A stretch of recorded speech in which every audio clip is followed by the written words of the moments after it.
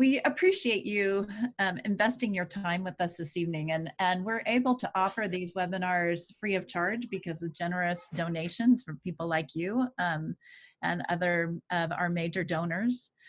So we really appreciate your time. So my name is Cindy Lopez. I'm the Director of Community Connections here at CHC. And our group is the group that's responsible for putting on the webinars and the parent support groups and all those kinds of things. So additionally, my colleague Taylor will be online too, and she and I will both be kind of in the background this evening as the presenters speak. To just help with the Q&A and troubleshooting questions. So you might see either Taylor or myself in the chat or the Q&A. Just a quick couple of housekeeping items. If you hover over the screen of your mouse, you'll see the chat feature and the Q&A feature. So please chat with us. Many of you already have, if you have a comment or response or feedback. And please use the Q&A feature for any of your formal questions that you would like the presenters to answer. We'll make sure to leave ample time at the end to answer your questions in the last part of the session. So before we actually get started, I'd just like to share a little bit about CHC. So CHC has been providing top-rated learning and mental health services in the community for almost 70 years. And with this health crisis upon us that is affecting every one of us, our mental health is even more important than ever before. So if you're concerned about your child or family, please reach out. We're here for you. We have our teletherapy services that are available now through Zoom, Skype, and phone, and they're both safe and effective. So if you're feeling down, you're not alone, give us a call. We also have 3 free 30-minute consultations for parents with a licensed clinician. So the contact information is all here on this slide. We also, when we received the directive to shelter in place, gosh, we just got an email today from our HR director. We're in day 52 of shelter in place. So a long time ago. But when we got that directive, we were able as an organization to pivot pretty quickly and offer virtual services. So we are open and ready to serve you. So we know that there's a lot of uncertainty in our lives right now, and that can bring a lot of angst that results in anxiety and depression. And so we'd love to be able to help you. So please reach out. We even have speech and language and occupational therapy services too. So again, please feel free to reach out to us. Our services, so we have 4 divisions that you can see listed there: clinical services, community connections, and 2 schools. So we thoughtfully and personally provide services to children, teens, young adults, and their families, and we specialize, as you can see, ADHD, learning differences, anxiety and depression, and autism. We're particularly attuned to and expert in that how mental health, learning differences, attention challenges, how all those overlap and complicate one another, and the special circumstances that our kids are facing. So please visit us online, www.chconline.org. You are always welcome. So I'd like to introduce our presenters this evening. And I should also mention, since it is 7 o'clock, we're getting started obviously later than we anticipated. We will plan to go later, so we'll probably end between 8:15 and 8:30. We realize that that wasn't what you planned, so if you need to exit the webinar sooner than that, that's okay. And again, all of that will be recorded, so you will be able to access that in the recording. So I'm now going to turn it over to our presenters. So Dr. Emily Cree, who's a licensed psychologist here at CHC, and Christine Hosepian, who's a doctoral psychology intern here at CHC. And Christine, you can tell me if I totally messed up your last name, but you said it perfectly. So I'll let Emily and Christine take it from here. Thank you. All right, so give me just a second while I share you guys hear me? Let me see, Cindy, can you give me a thumbs up if you guys can hear me?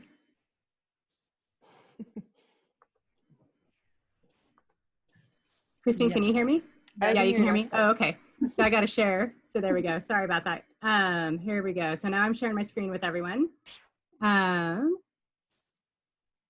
We've got this, and give me just a second while I prepare it, and voila. All right. So welcome everyone. So Christine and I are going to be tag teaming this process, and she's going to be sharing our first 3 sections first. But we wanted to just recognize that this has been a really trying time for a lot of families. And so our hope is that in the midst of trying to find some sort of normalcy and anchoring, emotions as best as possible and trying to connect with family, it can be really difficult. So our hope is that our process tonight will provide some ideas of what's working for you already, and are there anything that is realistic to shift to provide just better mental health overall, in any of the 5 core topics that we're talking about tonight. We know parenting is complex. You have the age and stage. Some of you have young kids, some of you have teens or both. And so some of these things are related to, what stage your child is in and how you might interact and work with them around some of these topics. So definitely give yourselves grace in this process, and your kids grace in this process. It's a really, there's a lot here, and our hope is just there's some ideas that you can take with you from after tonight and just say, hey, this will be something we can start adjusting or prioritizing. So where we're going to start, Christine's going to take it from here, defining and understanding emotion regulation and the correlation between that and mood symptomology. We're going to talk about then the 5 main strategies to foster mental health and manage mood, or the 5 essential, we kind of think of them as vital or essential strategies. And I think that's it. So Christine, go ahead and take it from here. Sounds good. Like Dr. Cree mentioned earlier, thank you so much for joining us tonight. We just want to jump into talking a little bit about what exactly is emotion regulation. So emotion regulation is, like mentioned on the slide, the extrinsic and intrinsic processes responsible for monitoring, evaluating, and modifying emotional reactions, especially their intensive and temporal features to accomplish one's goals. So there's a lot of words in that definition, so let's break that down a little bit. There are several different factors that impact sort of the development of emotion regulation skills. So that can be things like motivation, the type of emotion that you're trying to control here, and different social and contextual factors. And all of those individual differences are very reasonable. They are to be expected. And those differences ultimately do play somewhat of a role in determining your social functioning. So when you think about emotion regulation, you want to consider 3 different points. So first off, emotion regulation encompasses the ability to decrease the frequency and the intensity of your emotional reactions. But it's not just that, it's also the ability to produce and sustain certain emotional states. And the really important piece to highlight here is emotional regulation also means that you're modulating both positive and negative emotions. So it's not an either or type of situation. All right. So, hey, Christine, I totally forgot. Yes. I didn't introduce our first poll question. Oh, so if you guys are on the website, or if you're looking at your screens, hopefully you can see our first poll question just to get you guys queuing into what's working for you guys as family, for yourselves, or for your kids. So our first question is, what is the easiest for you as a parent during shelter in place? So thinking about yourself and how you're taking care of yourself, which of these listed has been the easiest for you during shelter in place? So hopefully you all can see that, and then you can submit it. And then when we get to a section, we'll read that poll response and we'll present a new question to you. All right. Thank you. Uh-huh. So just a sec. My mouse is not cooperating. There we go. Okay. Okay. So let's talk a little bit about emotion regulation and its connection to mood. So an individual's capacity to sort of emotionally regulate really plays a role in the development of a lot of different psychopathology that we see. So there's a lot of different cognitive emotion regulation strategies that have been linked to different mood symptomatology. So things like catastrophizing, rumination, generating negative social comparisons, and self-blame. All of those things are often considered to be very ineffective emotion regulation techniques and are closely linked to mood symptomatology, to depression. And depression is actually one of the most common mood disorders that we diagnose in adolescents in particular. So you can think of all of these different cognitive coping styles as risk factors that are associated with sort of developing and maintaining mood symptomatology. The good news is that although these cognitive coping strategies are risk factors for developing mood symptoms, emotion regulation in general is actually quite malleable, which means that there's a lot that can be changed when we really provide some targeted intervention. Okay, so we are going to jump into our first strategy in terms of fostering mental health. So as a disclaimer, this was the topic that I focused on for my dissertation. So I might be spending a little more time on this strategy. Okay. All right, so how can exercise affect mood? So when you're thinking about the ways that we can alter emotion regulation, there's a lot of different evidence-based psychological interventions. But exercise has also been established as a pretty effective means to regulate and improve your mood.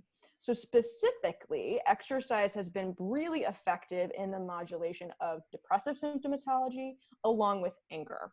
So adolescent stress, hostility, those are actually the two primary mood symptoms that are really positively affected by the use of exercise. And as you can tell, the use of exercise is really quite effective because exercise interventions have actually been compared to different medications. And it's been shown that exercise interventions have demonstrated actually comparable outcomes to those of psychopharmacology for the treatment of specifically major depression. And that's both at treatment and at 6-month follow-up. So you're talking about pretty long-term effects and long-term gains. Okay. So now when you think about exercise, one of the things you think about is sort of this increase in physiological arousal. And that's where something called heart rate variability comes into play.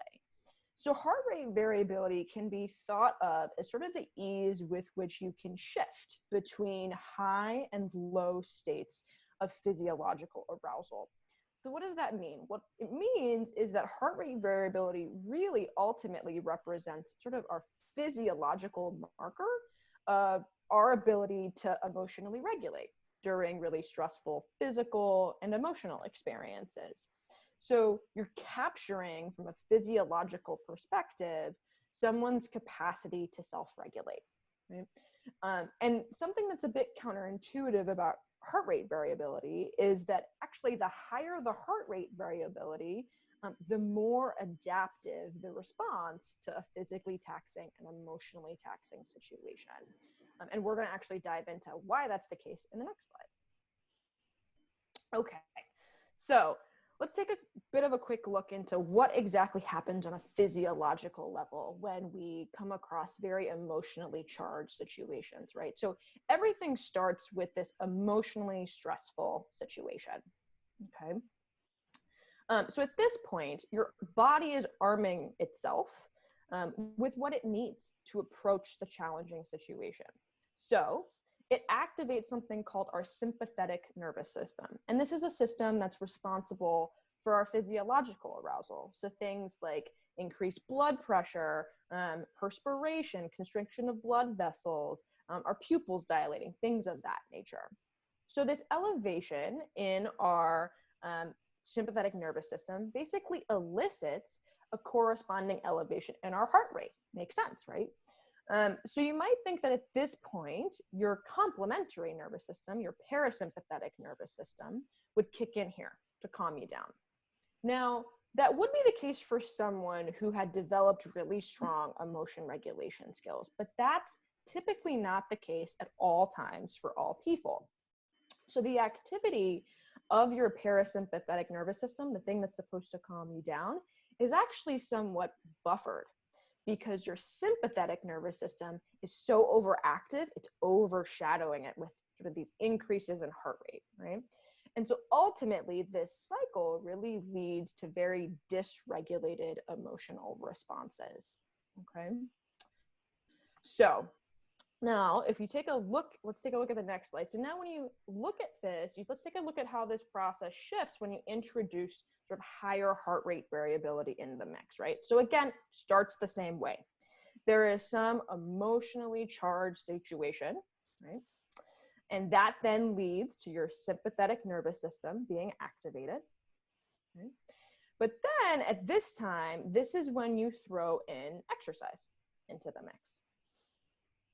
And so that exercise actually positively affects your heart rate variability, which then allows your parasympathetic nervous system more power in slowing down your body, and therefore produces a higher likelihood of practicing some of these emotionally regulated responses, right? So ultimately what we're talking about is that immediately following the experience of a stressor, an individual's heart rate may increase, that's true, but an individual who can actually efficiently engage in some of these emotion regulation strategies and stress management strategies will actually be able to rapidly reduce their heart rate and therefore have this higher level of heart rate variability, okay? All right. So what all of this means is that physical exercise actually represents a very unique, non-invasive, non-pharmacological tool that can be implemented to prevent this heart rate variability reduction. And so therefore, it really improves our overall control of physiological responses to very emotionally intense situations. Okay. So some take-home points here. So exercise really alters the way that people respond to emotional experiences. It enhances emotional recovery, right? Rather than sort of blunting any negative responses, it's just enhancing your recovery. So research has actually shown that if you practice just a very short period of aerobic activity, it can actually lead to this sort of presenting negative affect, but for a decreased period of time following the presentation of that stressor. So really, that aerobic activity is allowing people to be less affected by emotion regulation difficulties. Exercise also fosters our improvement in terms of our ability to basically physiologically endure stress, right?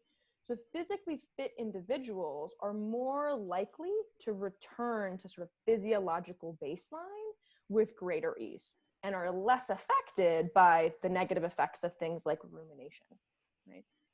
All right. And then during adolescence specifically, the development of emotion regulation is actually linked to corresponding changes in our body, corresponding changes in our autonomic activation. So again, heart rate variability can actually be thought of as a representative measure of our autonomic nervous system. And that can be affected by things like genetics, aging, physiological stress, a whole host of different factors. But physical activity is actually the primary determinant of something like heart rate variability. And it facilitates not only psychological stress, or psychological health, but physical health, right? So there's a double whammy in terms of the level of benefit you're getting from this, right? So resting heart rate variability may actually be representative of our frontal lobes region to readily engage in some emotionally regulated responses to a given circumstance.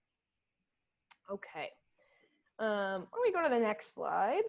And so what does this mean clinically for people like us? Well, so what that means is that physical activity really positively affects things like heart rate variability. So clinicians, people like us, really need to consider incorporating physical activity into some of the education that we do at the beginning of treatment around effective strategies to produce really emotionally regulated responses, right? And the great thing about exercise is that unlike things like mindfulness or meditation or other really common ways of regulating our emotions, physical activities may actually be one of the few emotion regulation strategies that really doesn't require a lot of extensive practice or access to resources. So generally, kids can implement just brief physical activity into their daily schedules, regardless of their socioeconomic status, regardless of just what their daily schedules look like. It can be very easily accessible. The other thing too is that heart rate variability corresponds to a lot of reduced difficulties with various elements of emotion regulation. So changes in heart rate variability can actually lead to an increased ability to physiologically transition between states of arousal and relaxation, right? So brief exercise can really yield very positive improvements in heart rate variability and may actually represent one of the very underexplored strategies that we have to implement, particularly in adolescence, in order to facilitate some of the practice of those more balanced, regulated responses.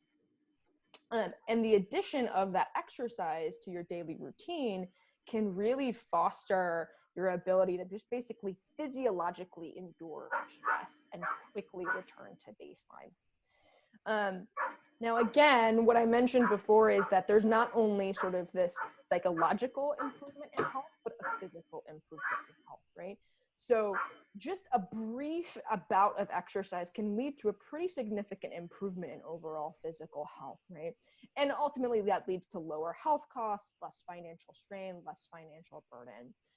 So really what all of this data is suggesting is that this might be some of the first evidence that we have that recommends that we actually sort of shift at least the way that we do psychotherapy to incorporate more physical activity. And so rather than sitting in an office or in your home, being able to walk and talk and do some psychotherapy. Okay. All right. So I want to be able to read the poll responses from our first question. Okay, perfect. So it seems like what's been the easiest for most parents has been kind of a tie between nutrition and downtime and breaks. And then something that's been really difficult has been quality and consistent sleep. So that's actually a great segue into our next section here. But before we do that, we also want to introduce our next question. So just talking about what's been a bit easier to implement with your kids during the whole COVID-19 crisis. Okay. So why don't I jump into a little bit more about quality and consistent sleep, since that seems to also be a point of interest. Okay. So how can sleep affect our mood? Well, so first off, we need to talk about what sleep disturbances are, right? So first there's things like insomnia, nightmares, poor sleep quality. All of those things are evidence for sleep disturbances, right? And at one point or another, I think all of us have kind of been victim to one of those things. Now, the thing is that evidence actually suggests that sleep disturbances really may confer a lot of risk for us and for our children. So dysregulated sleep in general is correlated oftentimes with dysregulated mood. So let's take a little bit of a closer look into what that means. So sleep variability in general is the most predictive of risk in a very short time period. So talking about a month to 6 weeks. And when I talk about sleep variability, what that means is that just lots of changes in terms of the timing of when you're going to bed and getting up, right? So there's a nice cycle that we want to break down here around the connection between sleep and sort of dysregulated mood and at its extreme, suicidality. So when we think about lack of sleep, we've all been there, that oftentimes leads to fatigue, right? So we're feeling just sort of unrested and just very tired throughout our day. So that often leads to just difficulty coping with our daily lives. So what that means is we're often, irritable, stressed, restless, and we can't cope with just our daily stressors that typically when we are feeling rested, we can seem to have a better handle on those things. So then what that ultimately leads to is low self-esteem. We're not being able to deal with those stressors. And so then we're internalizing that ability, that diminished ability to deal with those stressors. And that ultimately leads to a lower self-esteem. And not surprisingly, then that leads to feelings of worry and stress. Worry about what's the next stressor, stress about what's the next stressor, worry about our own ability to deal with those stressors going forward.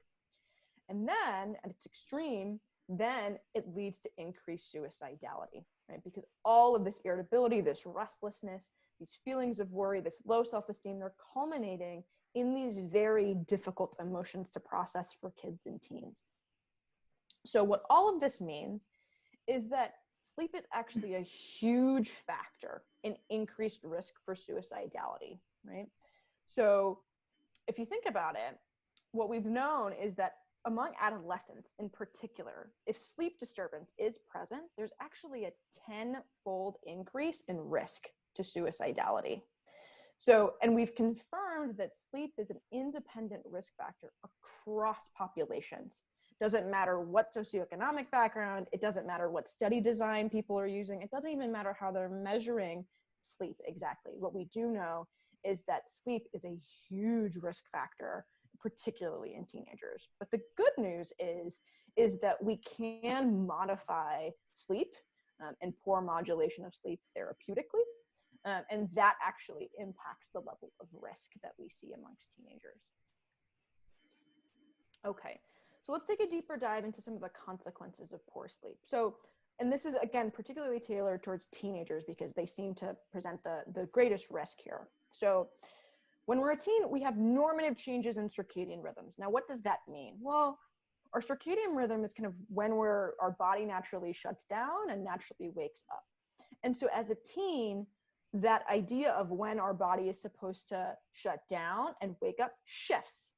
We want to go to bed a little bit later and wake up a little bit later. Now, at this time, we also need more sleep. So teenagers might need 9.5 hours, 10 hours of sleep. It really is very individually dependent. But what we do know is that teenagers need more sleep, particularly during this time. The other thing we know, though, as well, is that they're under increased academic demands along with increased social pressures as well. And when you add this in with earlier school start times, you can imagine the type of consequences that are associated with poor sleep. So let's take a look at that in the next slide. So when we take a look at what does all of this mean, it really means that there's a lot of adverse health-related outcomes. Teens are getting sick easier because they're not getting enough sleep. Their immune systems aren't allowed that time to rest. And then what that also means is that they're not going to school as much because they're trying to catch up on sleep and they just don't feel rested enough to engage in schoolwork. And then, unsurprisingly, that means poor academic functioning. They can't concentrate, they're restless, they're irritable, and they just can't focus in class.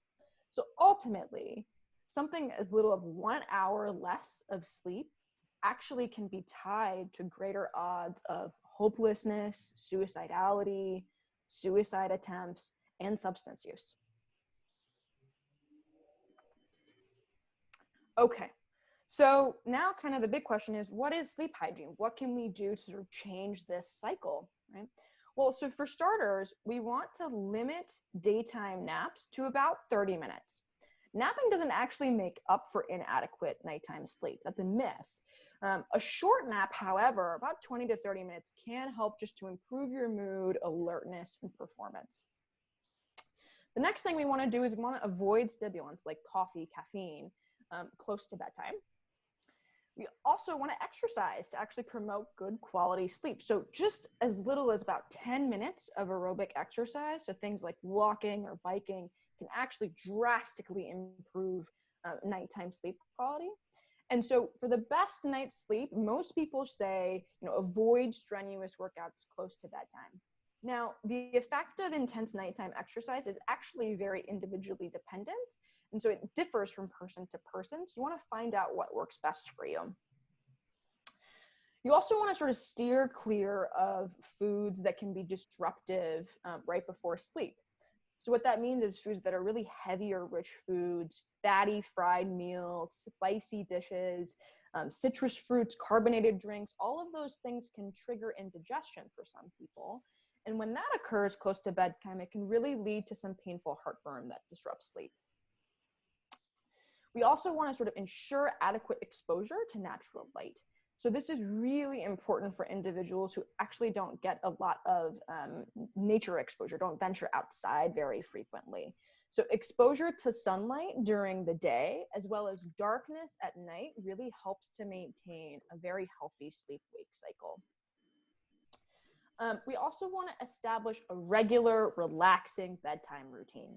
So a regular nighttime routine really helps the body recognize that it is bedtime. And this could really include things like taking a warm shower or a bath, reading a book, or even light stretches. And when possible, just try to avoid any sort of emotionally upsetting conversations and activities right before going to sleep, since that can clearly affect sleep as well. And lastly, a pleasant sleep environment. So mattresses and pillows should be really comfortable. Your bedroom should be cool, so anywhere between 60 and 67 degrees is about optimal for sleep. Bright lights from lamps, cell phone, TV screens, all of those things can make it really difficult to fall asleep. So try to turn those lights off or adjust them when possible. You can actually even use things like blackout curtains or eye shades, earplugs, white noise machines, humidifiers, fans. All of those things can make your bedroom a bit more relaxing. Okay, so I want to be able to read the poll responses for question 2. So it seems like the easiest thing to implement with most kids during shelter in place has again been downtime and breaks. And then followed by that, a little bit of nutrition has been easy to follow as well. And the thing that's been most difficult, very consistent, has been quality and consistent sleep. So hopefully some of those tips and tricks on the last slide will be helpful in terms of trying to regulate sleep. The next thing that we wanted to also ask is what's been the most effective in improving mental health with your kids? And before we jump into talking a little bit about nutrition, we want to just make a disclaimer saying we are not, pediatricians or psychiatrists or nutritionists. So please consult with your physicians before sort of taking all of this information to heart. And I'm sure they'd love to comment on all of this. Okay. All right. So let's talk a little bit about nutrition in our brain. So a lot of people understand that poor diet, highly processed foods, all of those things can lead to a lot of physical health problems. Things like obesity, diabetes, liver disease, heart disease. All of those things are actually associated with chronic inflammation. So our brain is an organ, just like the heart, the liver, the kidneys, the lungs. And the brain is also affected by poor health, so like inflammation. And excess weight and poor blood glucose control, all of those things. So a lot of studies have shown that inflammation actually increases our risk for depression. And our brain also has particularly high requirements for nutrients and energy from food to work properly. And nutrients are actually the building blocks of the brain, and without them, we don't really develop or work at all. So 60% of our brain is made up of fat, which is an essential component for all of our cell membranes. And so in the brain, our omega-3 fatty acid, which is called DHA, it's more concentrated than anywhere else in our body. And so it has this really crucial structural role for our brains, but it's also, that fatty acid is also really needed for a whole range of very important brain functions. So things like transmitting chemicals in our brain that all influence things like learning, mood, our behavior, a whole host of different issues. So let's take a look at some of those different minerals. So things like zinc. Zinc is an essential nutrient that is really needed for hundreds of different biochemical reactions that take place in the body. And that includes things like the synthesis of different neurotransmitters that help our brain work properly. So it's really important for learning, memory, and low levels of zinc might actually contribute to things like depression and other mental illness. Now, what about magnesium? Well, magnesium is actually needed, again, for hundreds of different processes, and again, many of which are important for brain functioning, and including our nervous system being able to regulate, and our nervous system and our brains being able to make new neural connections. It's also great for reducing stress and can assist with things like sleep. So that can be really relevant for all of you parents who are having difficulty with things like sleep. Now, iron is needed to transport oxygen around the bloodstream, which is also very critical for our brain to work properly, unsurprisingly, right? So many other minerals, things like iodine, or even a lot of different vitamins like vitamin B, C, D, E, all of them have really important roles in our brain. And so there's actually compounds within fruits and vegetables that can really help to maintain brain function. And that's by, preventing things like inflammation. And things like inflammation, again, to go back to what we said in the beginning, can really be associated with mental illness. All right. So now there's also a lot of different studies that have shown that low levels of omega-3s are associated, again, with a lot of different mental health problems. So things like ADHD, depression, schizophrenia, all of those different host of mental health issues. But they've also shown that supplementation with things like fish oil can actually alleviate symptoms. So there's a study that looked at underperforming children at school and showed that learning and behavior after this DHA supplementation actually showed improvement in learning and behavior. So low levels of omega-3s have been found in children with ADHD and autism, and those levels have actually been correlated with their symptoms. So this is just sort of further evidence that there's a range of really other nutrients that may be involved in ADHD. So things like zinc, magnesium, iron, all of those things might be involved in ADHD. And then there's also been some studies that have shown that vitamin and mineral supplementation can really improve cognitive performance and IQ as well in school children. But that was under circumstances in which those school children had less than optimal levels of nutrients to start with. So we want to make it very clear that vitamins and minerals are not going to make anyone smarter than their potential. They're just exactly what they are. They're supplements. It just seems that suboptimal levels of nutrients can really impact our mental health and cognitive performance, right? So it's really important just to note that nutritional supplements are just that. They're supplements. They don't replace a healthy diet, right? So there's another study that showed that a large group of teenagers with unhealthy diets really had a higher risk of mental illness going forward. So now there's a growing number of children that we see that are sensitive to certain components of foods that can affect their behavior. Now this is a little different from food allergies, right? Because these don't necessarily involve that immune response. There's artificial food colors and preservatives, and those have actually been shown to increase hyperactive behavior in school children, specifically in the UK, and may contribute to symptoms of ADHD. So in fact, children with ADHD can react to a range of natural and artificially occurring substances and additives in foods, which can have sort of mild to severe effects on their behavior and their ability to focus. So food reactions in general can have a pretty big effect on mood and behavior in teenagers as well. All right. So the gut in our brain.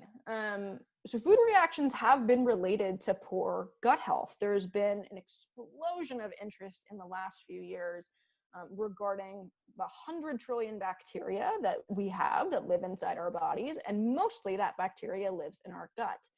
So many of these bacteria are our friends. They're really critical for our health, right? So for instance, they help, keep the lining of our stomachs healthy, our intestines healthy. They help us absorb nutrients, keep out sort of toxic material. They help our body fight disease. They're really important. And they play a really important role in signaling messages to our brain, right? So this is what we call the gut-brain axis. So our diet has a really important influence on the bacteria in our gut. And this is just another way that food can really influence our learning, our mood, our behavior, right? So plant foods that contain fiber are particularly important for the good bacteria to feed on and to perform their functions. And then that pathogenic bacteria, that sort of bacteria that carries all of the disease, really thrive on diet that's higher in sugar and refined carbohydrates. So now the question is, well, what is a healthy diet for mental health and well-being, right?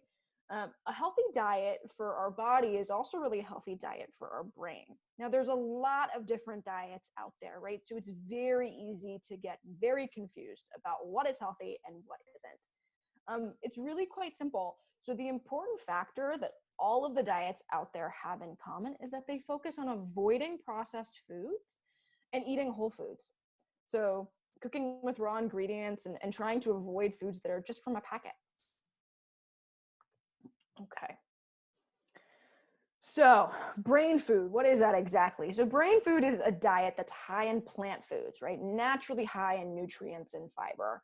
And this just includes a lot of different fruits and vegetables, legumes, whole grains, nuts, seeds.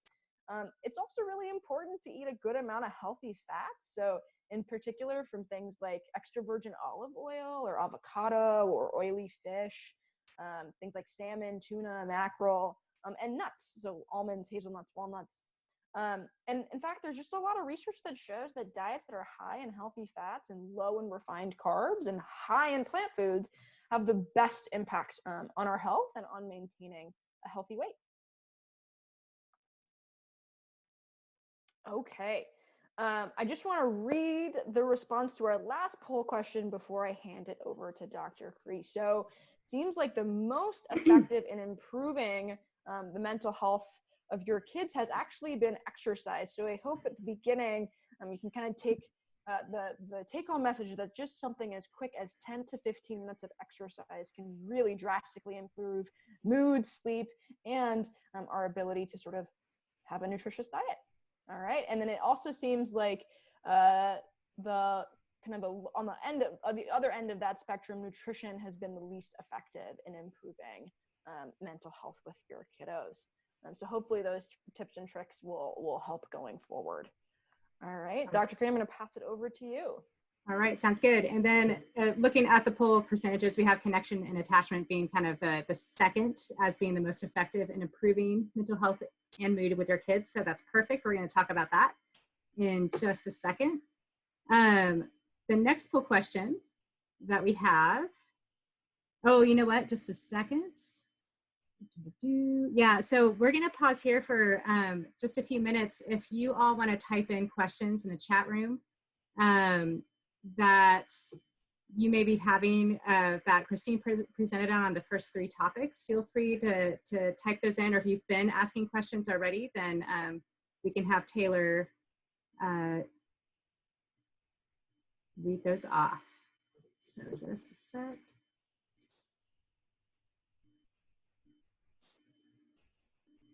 So we'll wait for a quick minute, but and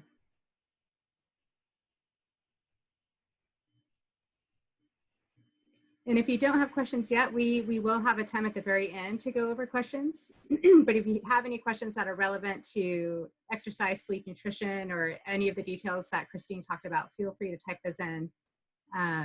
We'll just wait for another minute.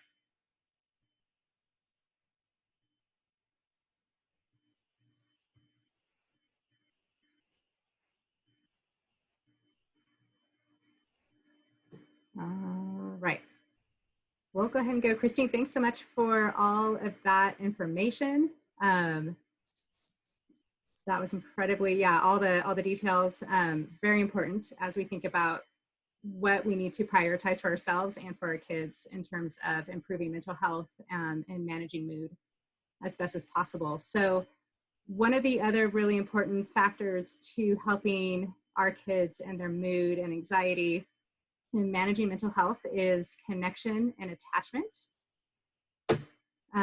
So we're going to give a quick word about that. So when we think about attachment, in this little chart, we have our friends from Charlie Brown. And attachment is a huge, huge subject that has a wealth of research and information. And today I'm just doing a quick dive into understanding some of the key components, revisiting it if some of you are familiar with it. But our goal would be for us to be like Peppermint Patty. So she is high proximity seeking, as in she likes being around friends and her family. She wants to be with others. And there's low anxiety of abandonment, low worry about rejection, her needs not being met, things like that. Over to her right, we have Lucy, and she is also high proximity seeking. She wants to be with people, but she is more preoccupied and more anxious. And so she has high anxiety of abandonment, rejection, etc. Below Lucy, we've got Charlie Brown, and he's more fearful. So he may avoid others because he is afraid of being abandoned, being rejected. And so he might not want to be around others because his anxiety is so high. And then over to our left, we've got Schroeder on the piano, and he is totally fine just being on his own. He's not anxious about that. He's not anxious really about what other people think. And part of that is maybe his expectations haven't been met very well. So he's learned not to have needs from others. So we'll talk more about that in this next slide. So the theory of attachment was originally developed by John Bowlby, and he was a British psychoanalyst who wanted to understand child development. And you can find information if you want to read a little bit more about that. There's a website called Positive Parenting Ally by Dr. Daniel Siegel. I'll be mentioning him a little bit more as well. But when you think about what secure attachment is, that's our goal, that's Peppermint Patty. The child believes and trusts that their needs will be met. So they're able to explore, they're happy, they're content, and the caregiver is sensitive and consistent with how they are responding to them. So that's where the low emotional avoidance and low anxiety happens, or low avoiding others, things like that. The avoidant dismissive attachment, that's Schroeder, subconsciously believes their own needs probably won't be met, so they are emotionally distant, and the caregiver is often disengaged. So they have high emotional avoidance and low anxiety. With the next stage, the preoccupied anxious attachment, so that would be Lucy. So what happens is they cannot rely on their needs being met. They tend to be more anxious and insecure, and they struggle with anger as well. So anger, anxiety, and in that scenario, the caregiver is sometimes sensitive but inconsistent. So it's that sometimes my needs are being met, and then other times the response is totally different, and so it's confusing. So they may have low emotional avoidance. They want to connect with others, but they also have high anxiety. Are my needs going to get met? And then the final one, the disorganized fearful attachment, is who Charlie Brown is representing.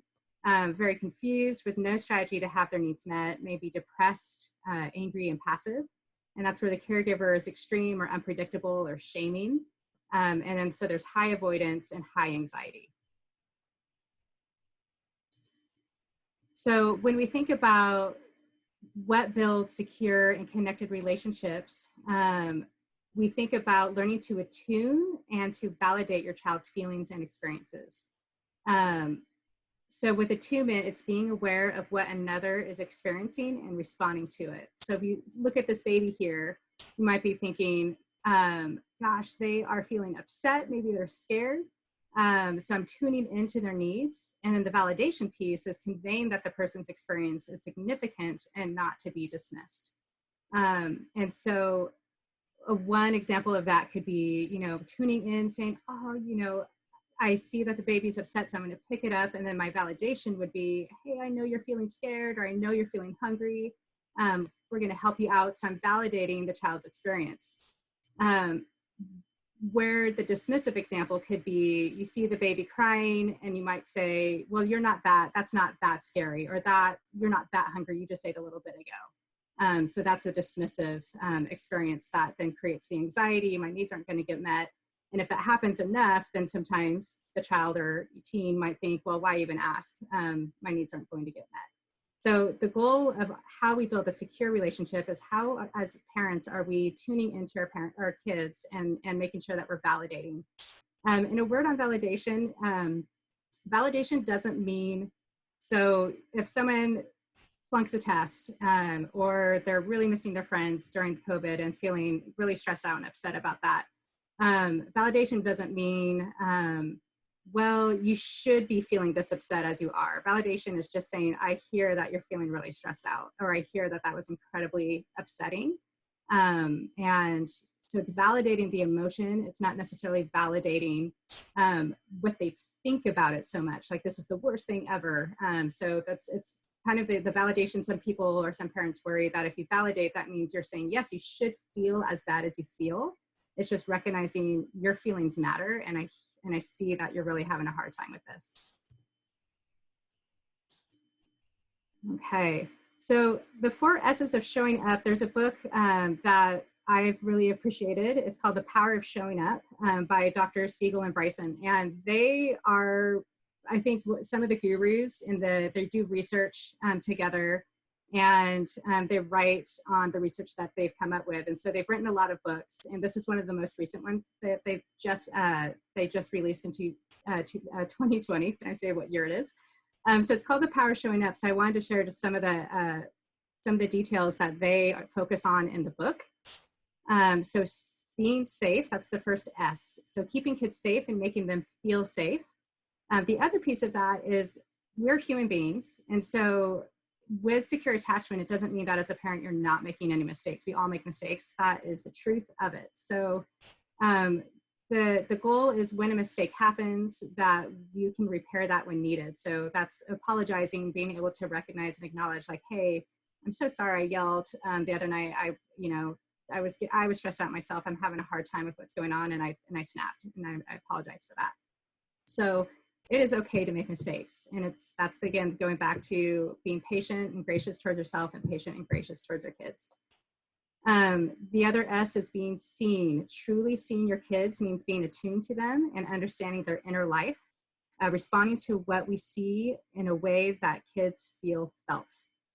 And the idea around this, there's research that shows that feeling known by others is what can be emotionally regulating or anchoring. It's that idea of, I'm trying to share with you how upset I'm feeling. And if a person I'm talking with, whether it's, my spouse, my partner, a friend, if they just dismiss it, I continue to stay in that dysregulated angst place.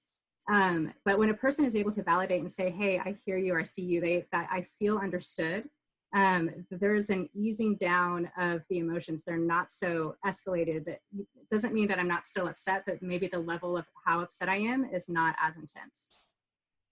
The next S is when your child is experiencing distress, attuning to them may not take away their suffering, but you are present with them. Now, this is really huge right now.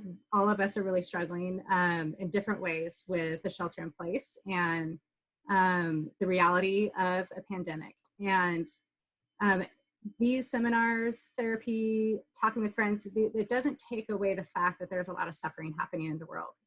But what helps all of us in our suffering is to know we have someone who's beside us and with us.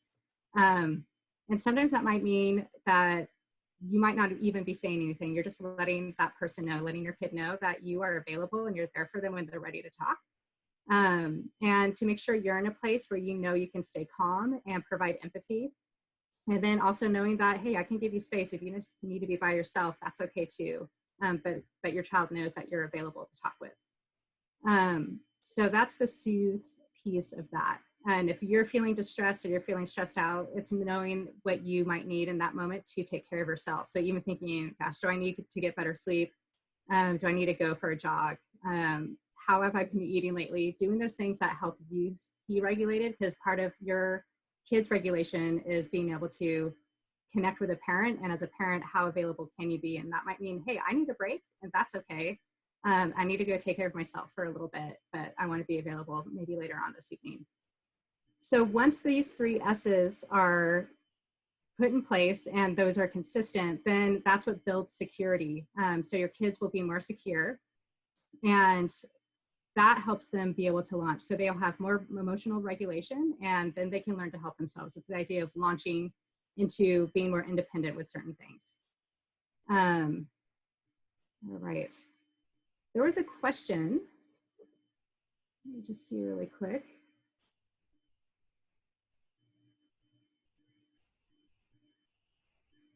All right, so just to take a quick pause, someone mentioned schedule is very important to my teen.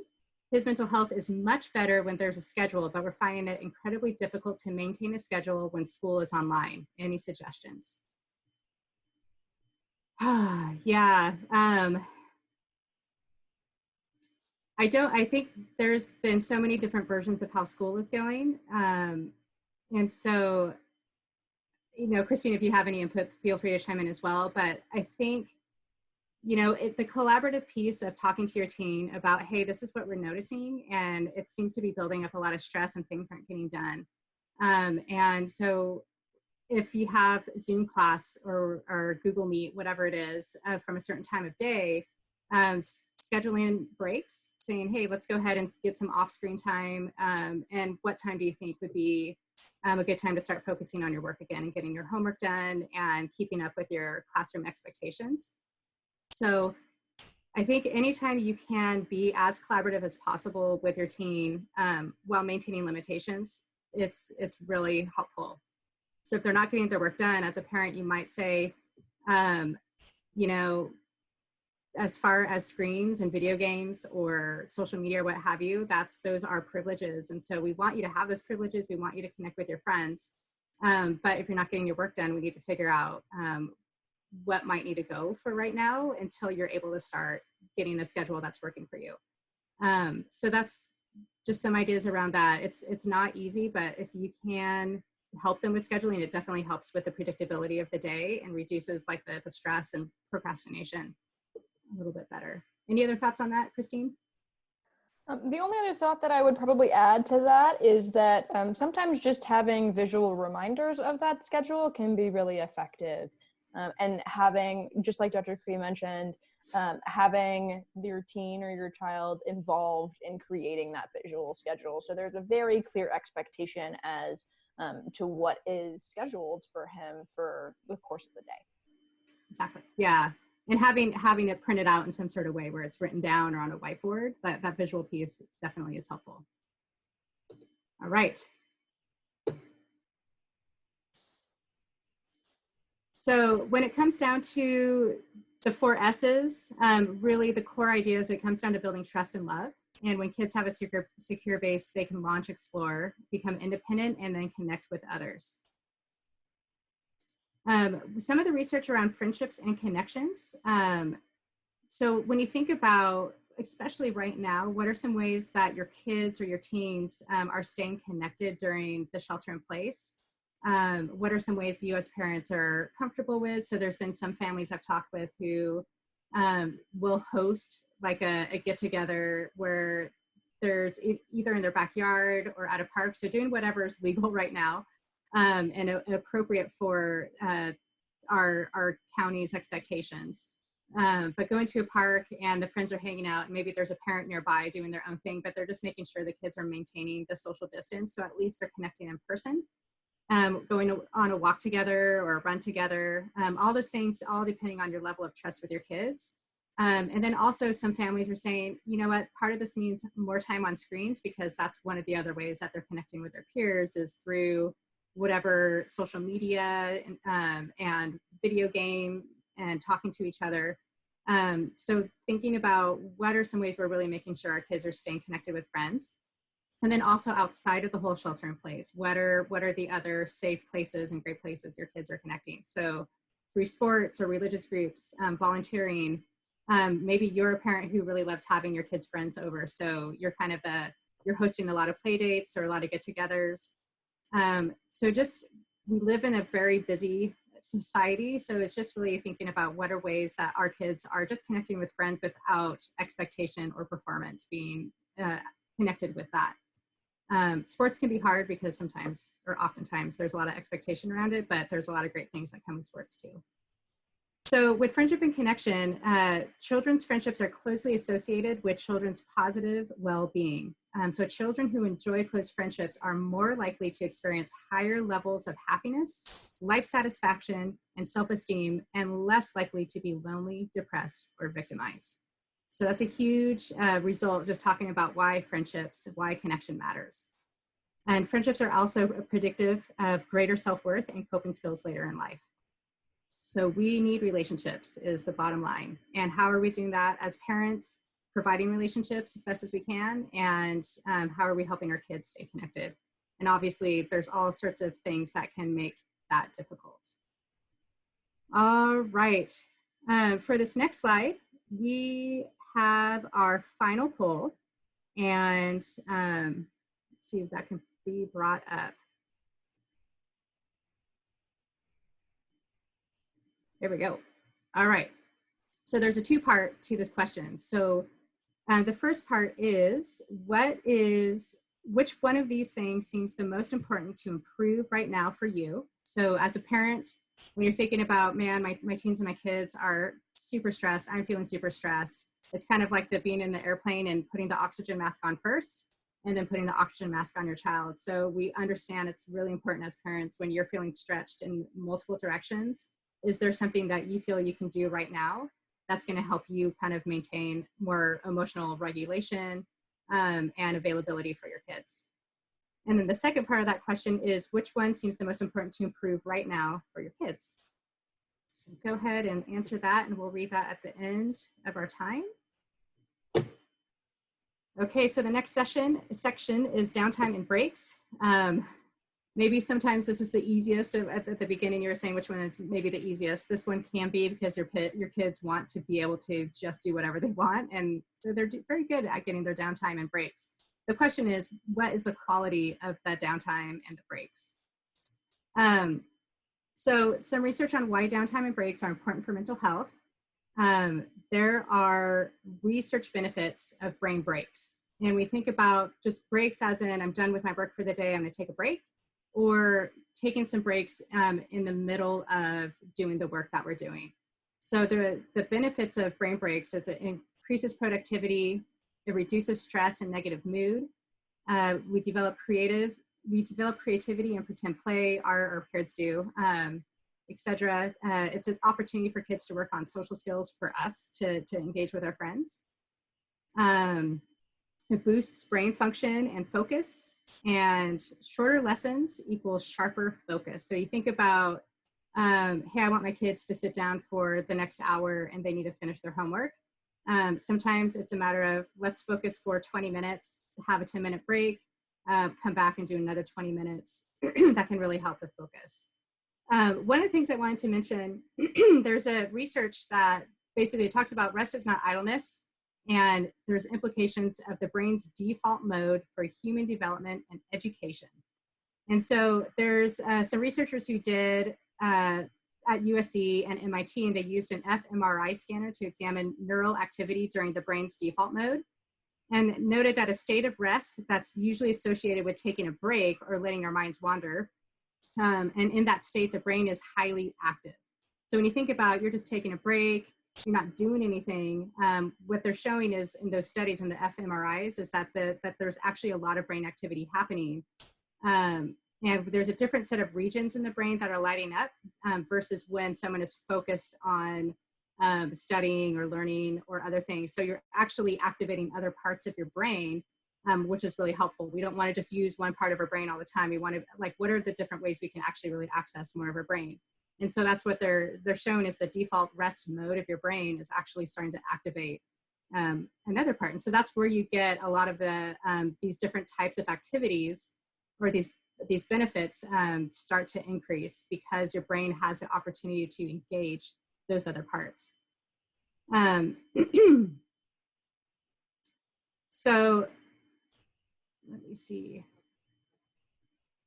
The other benefit, so going down to the last two bullet points, so it gives time to process information and consolidate memories and plan. In other words, it gives your kids time to make sense of their lives. And so when your kids are on a go mode, there's no time to like stop and think and to be introspective at all, or to process what's just happened and what do I think about it, how do I feel about it. If we have too much on our plate, there's too many distractions, we're going from one thing to the next. It's your brain just has this kind of fizzle that's still happening. You don't have time to actually think about it. And then again, just kind of help tune down the noise that's happening in our brain. And that's where a break is really helpful, where we can actually pay attention to something, which helps that noise kind of settle down a little bit. The last thing is it can help reduce disruptive behavior. So if the kids aren't taking enough breaks, that's part of where developing a lot of stress, feeling overwhelmed and stressed out, then that's going to increase, going back to Christine's first point about what helps emotion regulation, taking breaks can help with that. So one of the things we want to think about as parents and families and students is think carefully about the commitments that we make to sports and clubs and other extracurriculars, as well as tutoring, test prep classes, and other academic enrichment programs.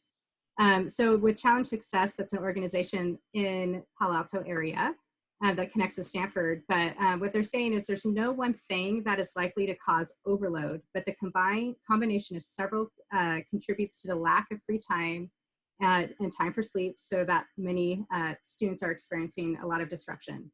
So it's important to think about what are the commitments we have and how many hours a day are our kids scheduled. Right now it's a little bit different, but even still, it creates a different level of feeling overwhelmed.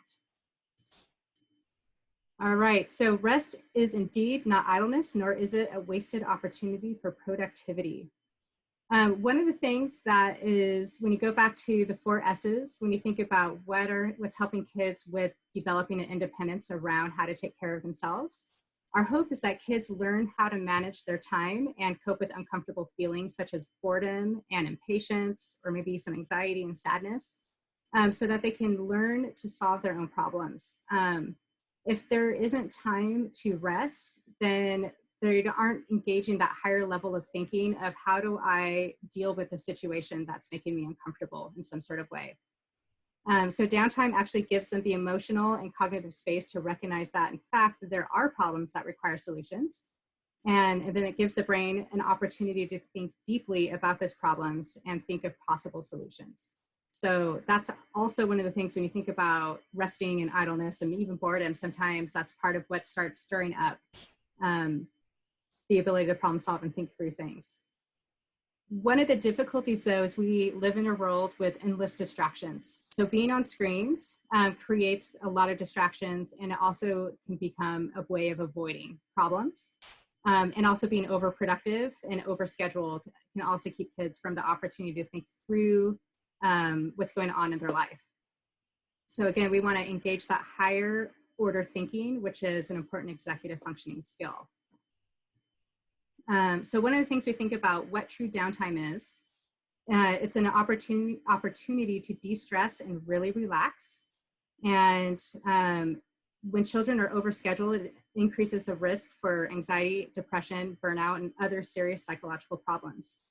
And the kids and especially teens are not really adept at managing their own schedules. So you have your kids who are, when you think about sleep hygiene, well, I want my phone with me and I'm going to chat with my friends and text with my friends. And then that's totally getting in the way of a sleep schedule. So they're often sleeping too little or packing too many activities into their week. So that's where, as parents, how do you step in to make sure that your children have space to take a breath and relax, which sometimes requires setting limits, even if your kid is not happy about it.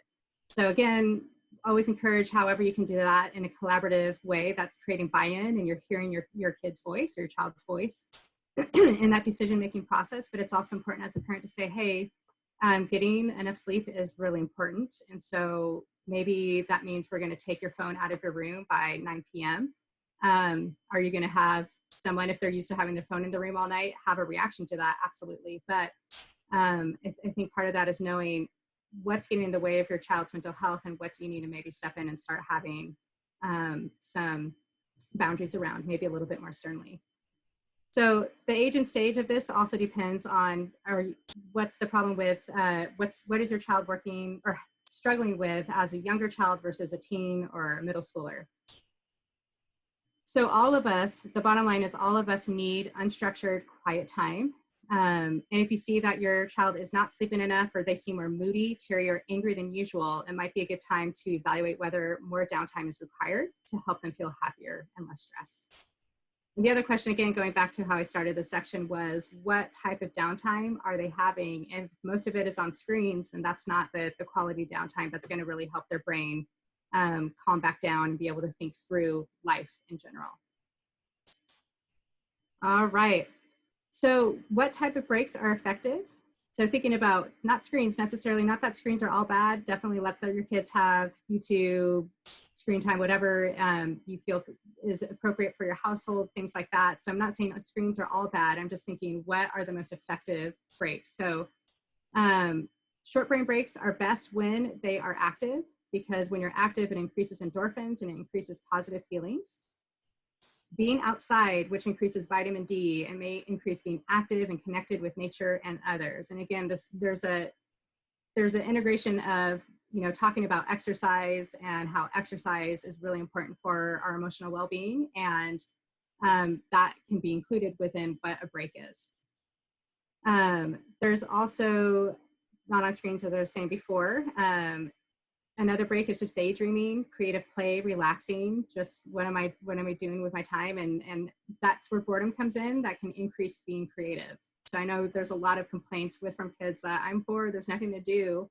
Part of that is they need to learn how to be bored and start thinking of something creative to do. So if they don't have access to screens, then hopefully at some point, maybe they'll go outside and start being creative with their time and playing with others, board games, with a sibling or a parent, something like that.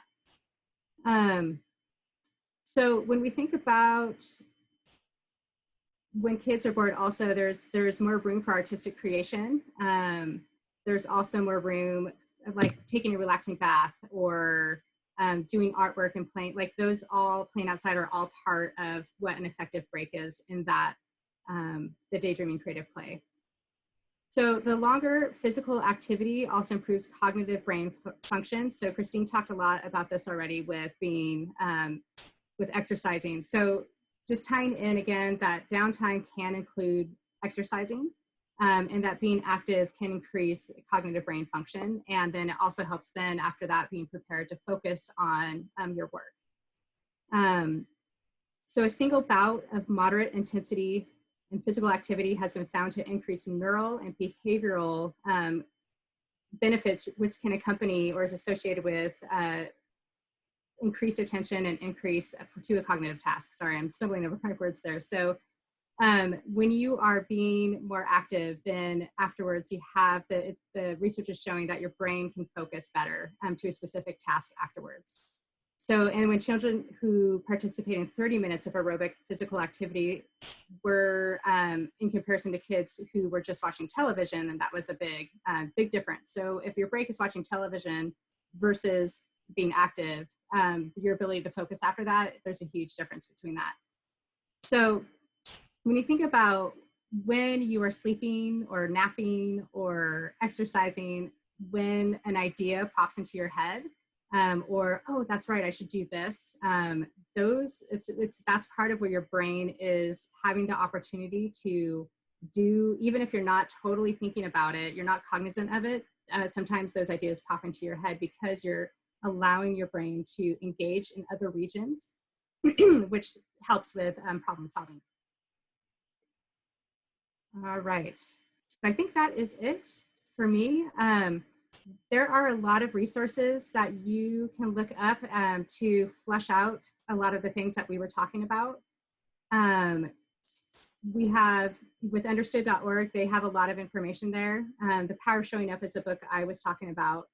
The National Sleep Foundation, Utopia, Child Mind Institute, they have a place here in San Mateo. They have a ton of topics on their website. We also have a resource library, CHC, and then Challenge Success is another organization that has a lot of helpful information.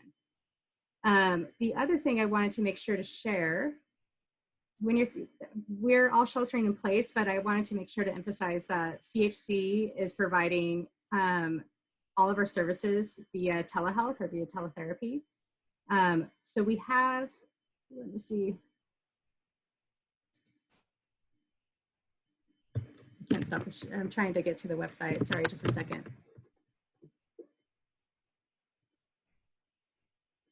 There we go. So if you scroll onto CHC's website, if you scroll down on our homepage, you will see there's a lot of clinical services. We have process groups for high schoolers and for young adults to just have a place if your kids are needing another place to just talk through what they're experiencing with shelter in place. Those groups, I believe, have just started this week, and it's a rolling admission, so they can join whenever. So you can read about that. And scroll down here, these are the flyers for both of the groups I was just mentioning. So you can learn a lot about our services here if you feel like we need help now versus waiting until doors open again. We have a ton of services that are provided through the telehealth process. All right. So why don't we go to the poll answer for number 4. All right, so which one of these seems the most important for you? 63% of you were saying exercise. So that's gonna make Christine happy. That fits her dissertation and her research that is key to her mental health. I know for me, I'll just say that during shelter in place, being able to go outdoors has really been a lifesaver. It really has been a calming experience. Being out, thankfully I live by where there's trails and trees. So that's really been helpful to get out from indoors and away from screens. So if you can find a way to increase that, please do that. It's definitely important. So which one of these seems the most important to improve right now for your kids? Again, exercise wins that one out. The tricky piece is how to get your kids to say yes. We know that it's really difficult. And then quality and consistent sleep is another big one for our kids too. So hopefully we gave you some ideas of how you might be able to implement that, and we'll give some time to some questions. I don't know, Taylor, did you want to read the questions to us? You want me? I don't know. Yes, I'll be happy to carry those over. Hi, everyone. Thank you both so much for sharing all those amazing resources and your knowledge. It's really going to make a difference for everybody. So there are a few questions that we'll get to. So the first one is about depression. What is the best time to talk to your teen about getting help for their depression? When they're feeling good or when they're in a depressive episode? Good question. I don't know which one would be the best time. I mean, obviously, if they are in a depressive episode, that would definitely be a time to talk to them about getting some support and help, and being able to acknowledge as a parent that, hey, you know, maybe sometimes you don't want to open up to me and share everything with me. So we'd love to get you connected with a person who you might start feeling comfortable talking with and working through some of those difficult feelings. My other thought around if they're doing well, I think it's just a matter of saying, hey, we all struggle with difficult feelings. So just so you know, like if ever you feel like you're having a hard time, you are welcome to talk to us, and we're happy to work through that together, or see if there's someone who might be able to help you through that. So it's just normalizing it in the day in and day out. People are doing fine, but yeah, the normalization, the destigmatizing of getting therapy and struggling with emotions is always important anytime. So Christine, if you have any thoughts, feel free to. I think what I would add to that is that it really depends on each individual child.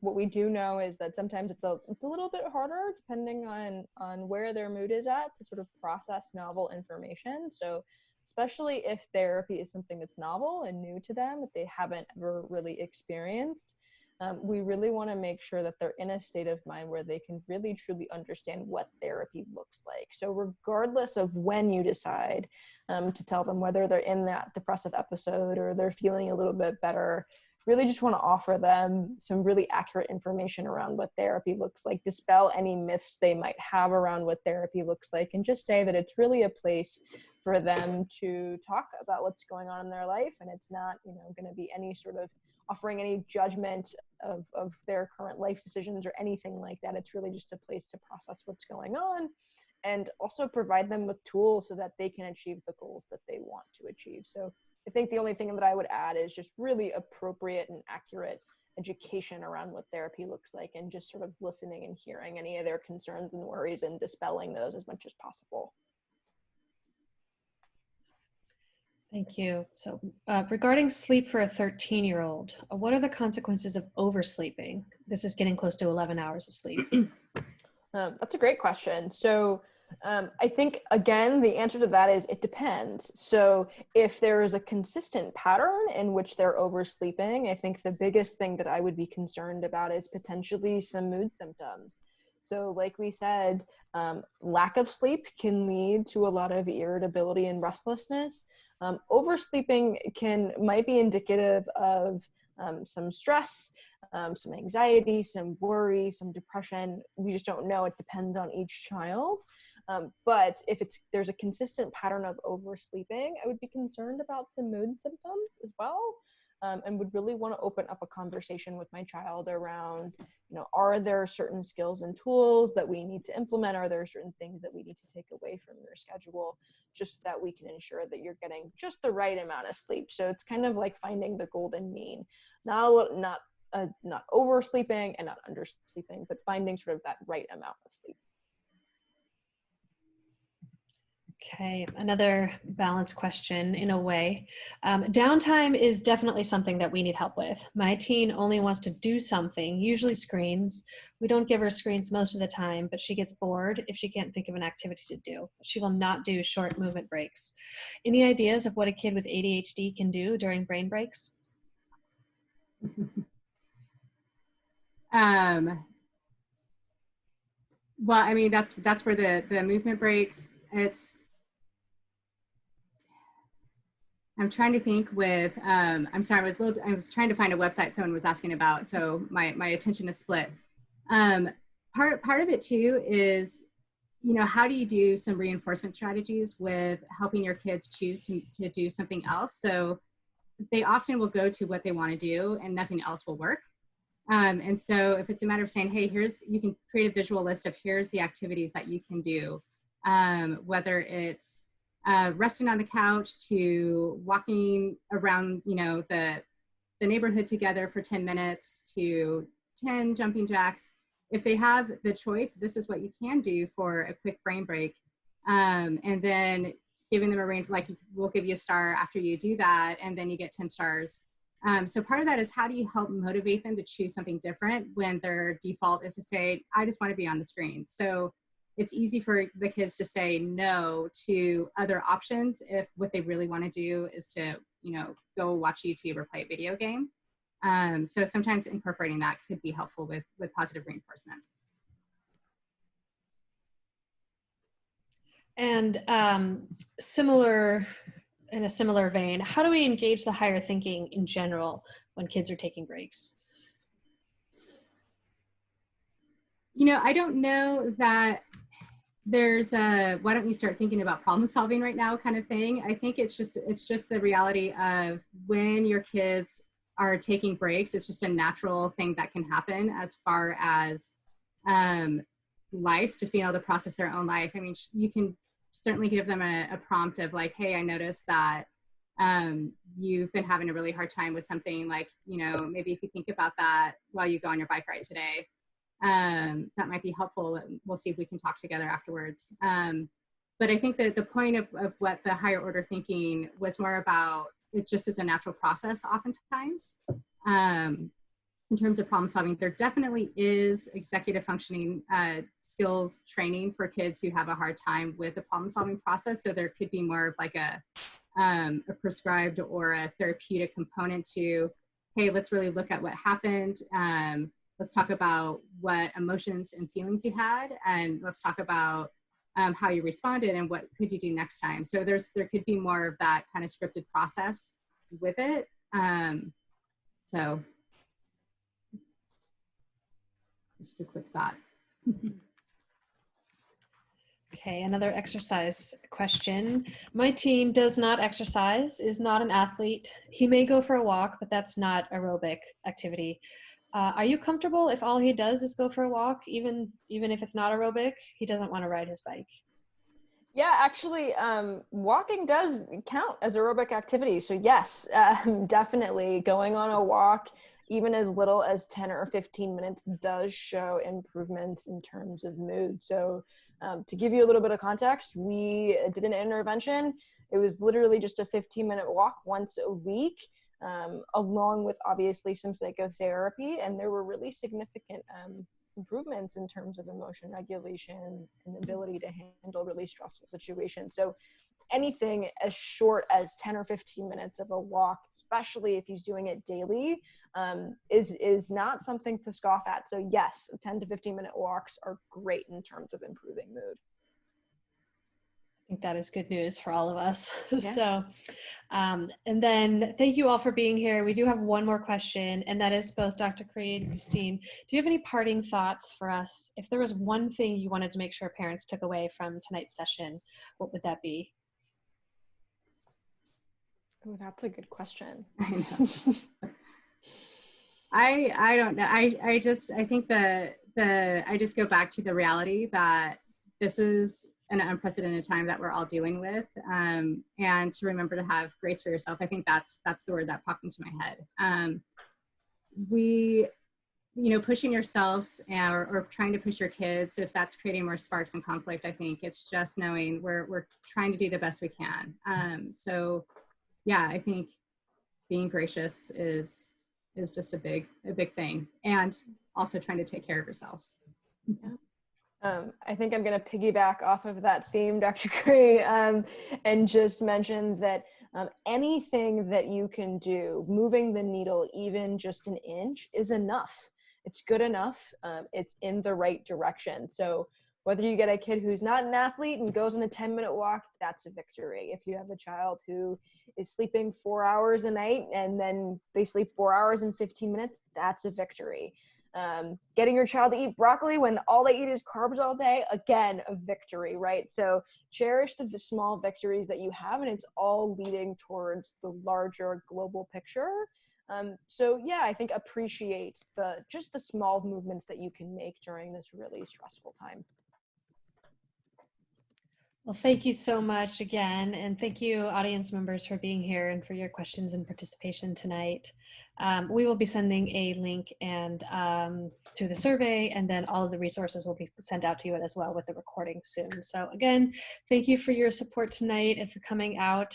We hope you have a wonderful evening. Thanks. All right. Thanks, everyone.